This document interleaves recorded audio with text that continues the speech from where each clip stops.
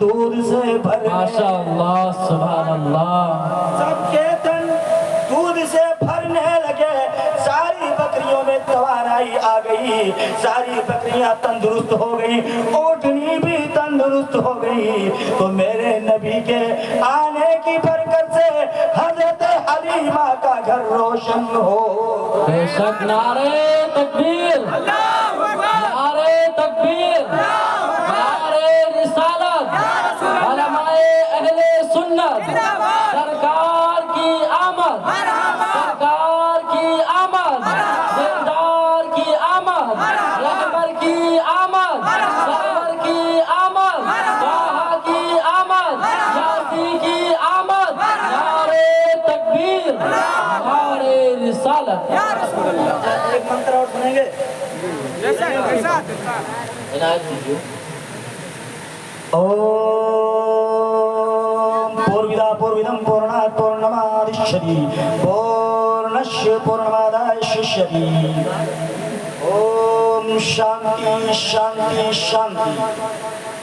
گریشم چرنم شیشم نم پروتم چرنم شیشم نم گنگا جنم شنانم ششانتم چرنم شیشم نم پنڈتم گودانم سواہا اب ہندو بھائیوں کے وہاں ایک کی اوتار کا انتظار ہو رہا ہے سنیں ایک اوتار کا انتظار ہو رہا ہے اوتار کہتے ہیں اس کو جو اللہ کا چنا ہوا بندہ ہوتا ہے محبوب بندہ اچھا بندہ اللہ کا قریبی بندہ یعنی برائی سے روکنے والا اور اچھائی کی طرف لے جانے والا اس کو کہتے ہیں اوتار ہندو بھائیوں کے اوتار کہا جاتا ہے اپنے یہاں اگر ٹرانسلیشن کیا جائے تو اللہ کا نبی یعنی پیغمبر تو اوتار کہتے ہیں اچھے انسان کو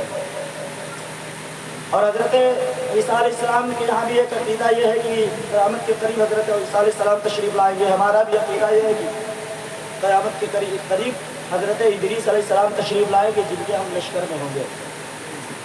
اسی طریقے سے ہمارے ہندو بھائیوں کے وہاں ایک اوتار کا انتظار پچھلے 6000 سالوں سے ہو رہا ہے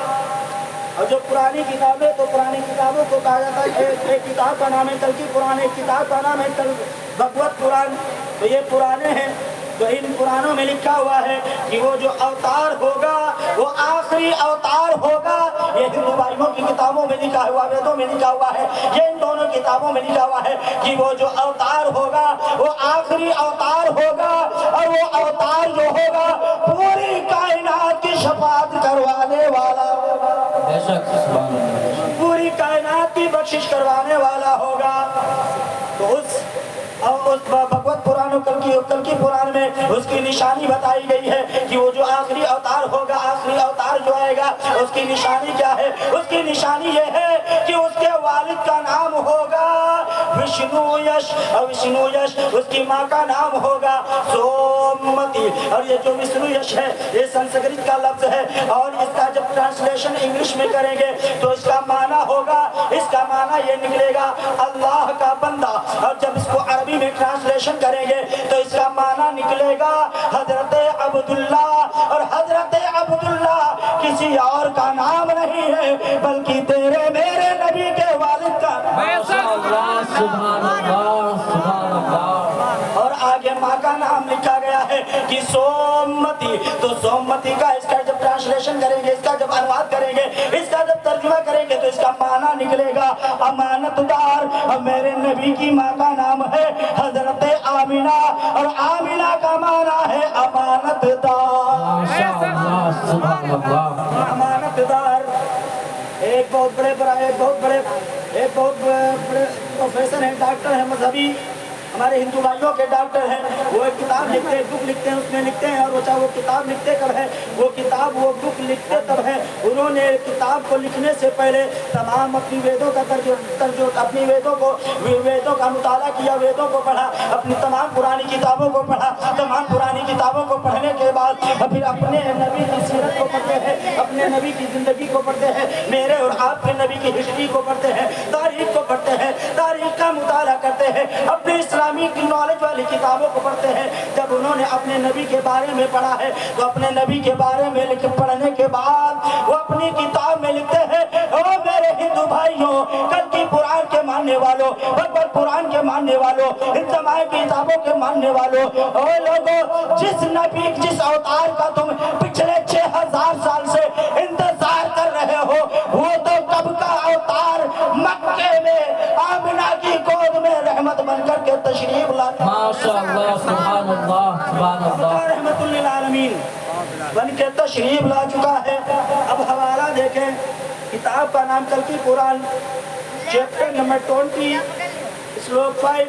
اس میں لکھا ہو کہ وہ جو اوتار ہوگا اس کے ساتھ 4 لوگ اور ہوں گے۔ اب اگر کوئی اعتراض کرے نہیں ایسا نہیں ہے تو ہم نے کہا آگے پڑھو، آگے بھی لکھا ہوا ہے، سلوک نمبر 7 میں لکھا ہوا ہے کہ وہ جو اوتار ہوں گے ان کے ساتھ میں 4 لوگ اور ہوں گے، اور وہ جو 4 لوگ ہوں گے تو اس اوتار کی شیطان کے خلاف، کفر کے خلاف مدد کریں گے، اور مدد کرنے کے بعد پھر اسلام پھیلے گا، دین پھیلے گا، اور دین پھیلنے کے بعد دین پھیلے گا، انسانیت پھیلے گی، انسانیت پھیلنے کچھ دنوں کے پھر جب اسی اوتار کا اوتار جب دنیا سے پردہ فرما جائے گا، دنیا سے وصال فرما جائے گا، تو اسی اوتار کے بعد ان 4 کو حکومت ملے گی، وہ 4 لوگ حکومت کریں گے۔ تو ان 4 کو کون لوگ ہیں؟ میرے نبی کے 4 لوگوں نے ساتھ دیا ہے۔ حضرت علی، حضرت ابو بکر نے میرے نبی کا ساتھ دیا ہے، حضرت عمر نے میرے نبی کا ساتھ دیا ہے، حضرت عثمان غنی نے نبی کا ساتھ دیا ہے، حضرت علی نے میرے نبی کا ساتھ دیا ہے۔ میرے نبی کے گزرنے کے بعد، نبی کو پردہ فرمانے کے بعد ان 4 لوگوں نے حکومت کیا ہے، ان 4 لوگوں نے حکومت کیا ہے۔ تو انہی 4 یار کا ذکر کیا گیا ہے، میرے نبی کا ذکر۔ بے شک سبحان اللہ بے شک آ گیا سمجھ میں؟ آیا سمجھ میں؟ بولے بھائی، ختم کر دیا جائے۔ یہ نعرہ یا رسول اللہ لگانا ہم نہ چھوڑیں، بے شک سبحان اللہ یہ نعرہ یا رسول اللہ لگانا ہم نہ چھوڑیں گے۔ سنے عارف بھائی، سنے گا ہمارے، یہ نعرہ یا رسول اللہ آپ کو جانے چاہیے سب کے، اور سارے لوگوں کا یہ عقیدہ ہونا چاہیے، خیال بنا لے کہ یہ نعرہ یا رسول اللہ لگانا ہم نہ چھوڑیں گے، نبی کے نام کا جلسہ سجانا ہم نہ چھوڑیں گے، نبی کے نام کا جلسہ سجانا ایک بات مجھے کچھ لوگوں کے سروں کو میں نے ننگے سے دیکھا تو یاد آئی بات مجھے، میرا پتی ہے کتی یہ ایسا ہوتا نا کہ کٹی پٹی نوٹ یا تو پڑھنے والے کو انعام میں دے دیا جاتا ہے یا تو مسجد کے گلک میں ڈال دیا جاتا ہے۔ بے شک جو کہنا چلے تو وہ ایک عالم کے پاس یا شاعر کے پاس چلا دو یا مسجد کے گلک میں چلا دو۔ بے شک ابھی میں تراویح رمضان میں سنایا تو تراویح ہے، جب مسافہ ہونے لگا تو شہر میں سناتا ہوں تراویح تو مسافے میں اچھا خاصا پیسہ ملتا ہے، لوگ مسافے میں پیسہ دے رہے، جو انعام دے رہے تھے۔ جب میں نے گھر پہ گننا شروع کیا کتنا ملا ہے، اس میں 100 کی نوٹ آدھی نکل آئی۔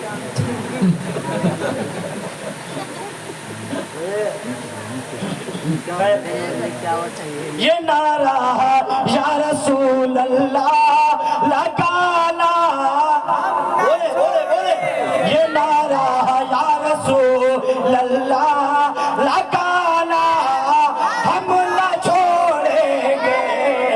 نبی کے نام کے جلسے سجانا ہم نہ چھوڑیں گے، نبی کے نام کے جلسے سجانا ہم نہ چھوڑیں گے۔ میں کہنا یہ چاہتا تھا کہ کچھ لوگوں نے ٹوپی نہیں لگایا ہوا ہے، یہ ادب کی محفلیں ہوتی ہیں، نبی کی محفلیں میں جب آیا کرے تو خاص خیال رکھا کرے کہ ننگے سر نہ آیا کرے،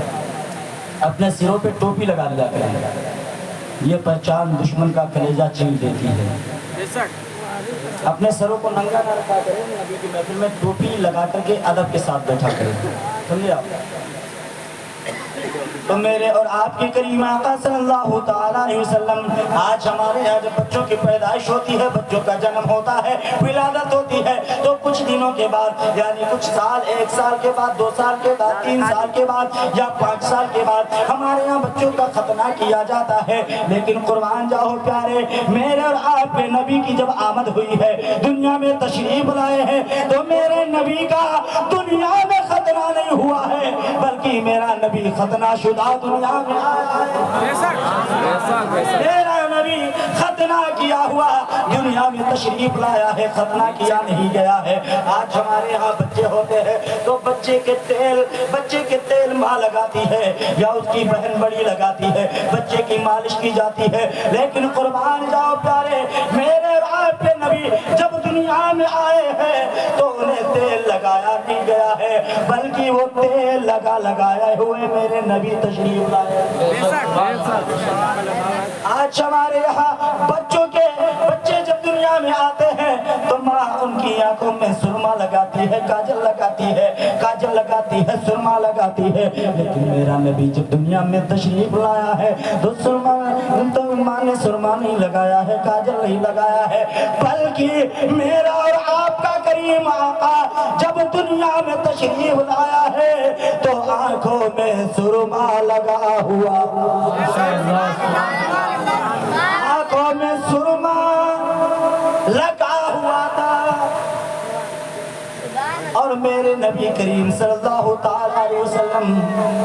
اب اگر کوئی کہے کہ نبی میری طرح تھے، نبی ہماری طرح تھے، نبی کی طرح میں ہوں، تو نبی کے جسم پر کبھی مچھر نہیں بیٹھا،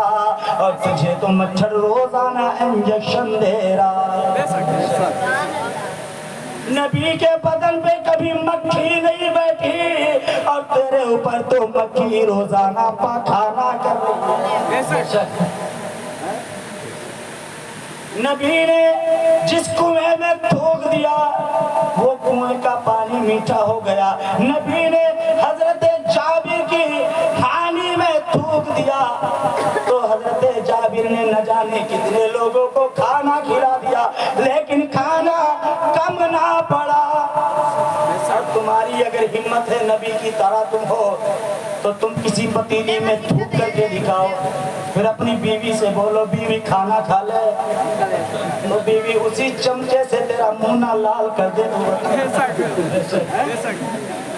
اسی چمچے سے منہ لال کیا جائے گا تیرا۔ ہمارا خیال یہی ہونا چاہیے کہ آپ سا کوئی جہاں میں نظر آیا ہی نہیں۔ سمجھ میں آ رہا ہے بھائی، سہیل بھائی آ رہا ہے سمجھ میں؟ کہ آپ سا کوئی جہاں میں نظر آیا ہی نہیں، ارے آتا بھی کیسے جب اللہ نے بنایا ہی نہیں، آتا بھی کیسے جب اللہ نے بنایا ہی نہیں، آتا بھی کیسے جب اللہ نے بنایا ہی نہیں۔ اچھا جب ہم لوگ جھنڈے لگاتے ہیں، میلاد کرتے ہیں، میں کسی کا نام نہیں لیتا، کہنے والے کہتے ہیں کہ یہ جھنڈے کہاں سے ثابت ہیں، جلوس نکالنا کہاں سے ثابت ہے؟ صحابہ نے نہیں نکالا، پھر آپ کیوں نکال رہے ہیں جلوس، آپ جھنڈے کیوں لگا رہے ہیں؟ تو میں نے کہا جب اس سے بڑا ثبوت ہو تو صحابہ کے ثبوت کی ضرورت ہی نہیں ہے۔ جس کی گواہی، جس کا اعلان، جس کے کرنے کا حکم اللہ دے رہا ہو، تو صحابہ نے کیا ہو یا نہ کیا ہو، خدا بڑا ہے، صحابہ تھوڑی بڑا ہے، صحابہ کو خدا نے پیدا کیا ہے، وہ ہر چیز کا مالک ہے۔ تو اب تم ثبوت مانگتے ہو کہ صحابہ کے زمانے میں نہیں ہوا، نبی کے زمانے میں نہیں ہوا، نبی نے نہیں کیا، صحابہ نے نہیں کیا۔ میں نے کہا صحابہ نے نہیں کیا، لیکن اللہ نے فرشتوں سے کروایا، اللہ نے خوشی منائی، اس لیے نبی کی پیدائش پر ہم بھی خوشی مناتے ہیں۔ جلوس فرشتوں نے نکالا تو ہم بھی جلوس ہیں، پھر جھنڈوں کو فرشتوں نے لگایا، تو اس لیے ہم بھی نبی کی آمد کی خوشی میں نبی کے نام کے جھنڈے گھروں پہ لگاتے ہیں، اور یہ اعلان کر کے دنیا کو بتاتے ہیں کہ جب نبی کی آمد ہوئی تھی تو فرشتے بھی خوشیاں منا رہے تھے، حوریں بھی خوشیاں منا رہی تھی، اللہ بھی خوش تھا سوائے ابلیس کے، سوائے شیطان کے۔ شیطان خاموش تھا، شیطان رو رہا تھا۔ تو آج بھی وہی حال ہے، جھنڈے وہ نکالتے ہیں جو خوش نصیب ہوتے ہیں، جو نبی کی آمد پر خوش ہوتے ہیں، جلوس وہ نکالتے ہیں جو خوشی مناتے ہیں، جھنڈے وہی لگاتے ہیں جو نبی سے پیار کرتے ہیں۔ تو ہم یہی کہتے ہیں کہ نثار تیری چہل پہل پر ہزاروں عید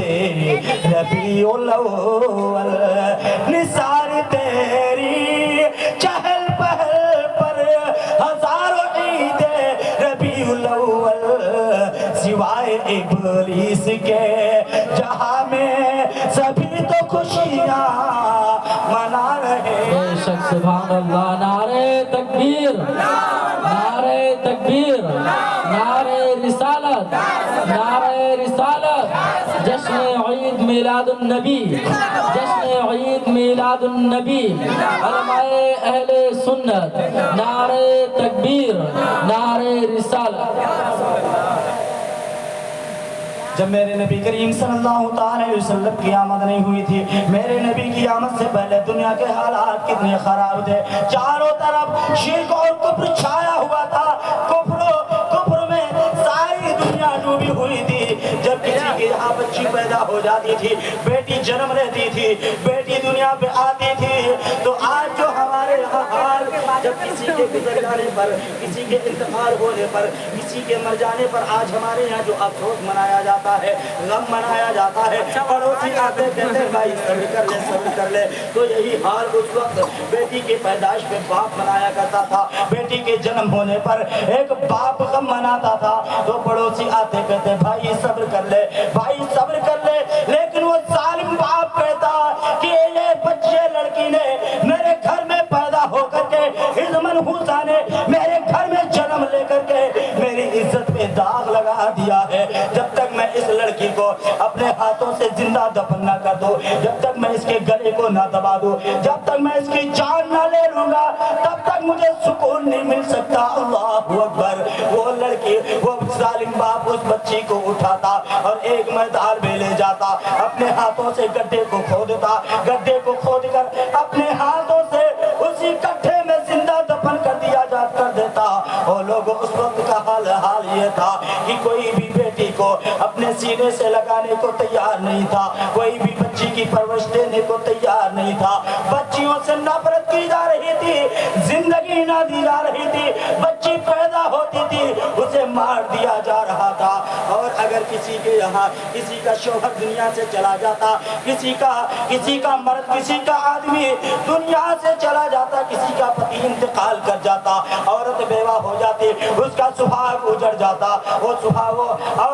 عورت جب بیوہ ہو جاتی تو اس کے ساتھ سلوک یہ کیا جاتا تھا کہ اس عورت کو ایک کوٹری میں بند کیا جاتا تھا، کالی کوٹری میں بند کرنے کے بعد اس کی تمام حاجتیں اسی کے اندر پوری کی جاتی تھی، اور 1 سال تک اسے رکھا جاتا تھا۔ اگر وہ مر گئی تو مر گئی، اور اگر زندہ بچی تو 1 سال کے بعد اسے مکے کی گلیوں میں اس کے چہرے پہ، اللہ اکبر، اس کے چہرے پہ کالک لگا کر کے، اس کے چہرے پہ کالک پوت کر کے اسے بازار میں گھمایا جاتا تھا، اور یہ کہا جاتا تھا یہ منحوس عورت ہے، یہ منحوس عورت ہے، اسے بازار میں گھمایا جاتا تھا، اسے منحوس کہا جاتا تھا، اس عورت کو بناؤ سنگار کرنے کی اجازت نہ تھی۔ یہ اتنی بڑی بے عزتی اس عورت کے ساتھ کی جاتی تھی، اتنا ذلیل کیا جاتا تھا، اتنا ٹارچر کیا جاتا تھا کہ کوئی اس کی عزت نہ ہوتی تھی۔ لیکن قربان جاؤ پیارے، جب یہ تمام ظلم حد سے بڑھ گئے تو یہ چھوٹی چھوٹی بچیاں رب کی بارگاہ میں ہاتھوں کو اٹھا کے دعائیں کر رہی ہے، اے مالک و مولا، کب تک ہمیں دفن کیا جاتا رہے گا، کب تک ہمیں